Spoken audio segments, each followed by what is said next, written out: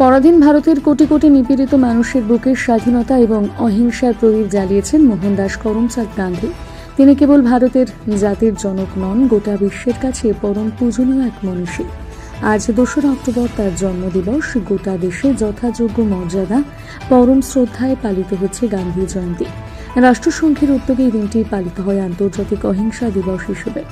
রাজ্যের বিভিন্ন এলাকার সঙ্গে দুর্গাপুরের যথাযোগ্য মর্যাদায় দিনটি উদযাপন করল দুর্গাপুর মহকুমা সেবা দল কংগ্রেস। এই উপলক্ষে সংগঠনের রঘুনাথপুর কংগ্রেস সেবা দল কার্যালয়ে এক বিশেষ অনুষ্ঠানের আয়োজন করা হয়।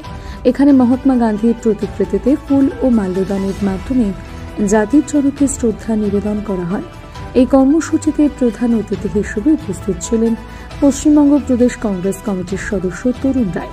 এছাড়া উপস্থিত ছিলেন দুর্গাপুর মহকুমা কংগ্রেস সেবা দলের সভাপতি অমল হালদার, INTUC নেতা রানা সরকার, পূর্ণেন্দু পান্ডা, সংগঠনের যুব নেতা সুব্রত ঘোষ, মহিলা কংগ্রেস নেত্রী হাসি দাস, সঙ্গীতা ঘোষ সহ সংগঠনের অন্যান্য কর্মী সদস্যরা।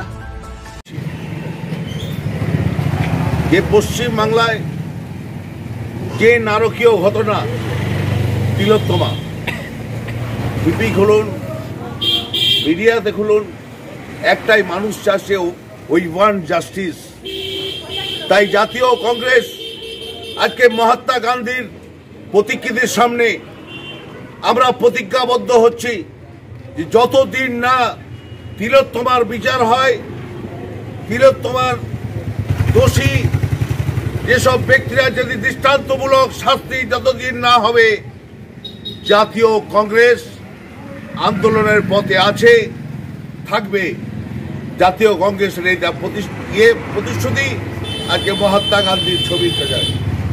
বন্দে মাতরম, বন্দে মাতরম, জাতীয় কংগ্রেস জিন্দাবাদ। মহাত্মা গান্ধী লো প্রণাম, লো প্রণাম, লো প্রণাম, মহাত্মা গান্ধী লো প্রণাম, লো প্রণাম, লো প্রণাম, জাতীয় কংগ্রেস।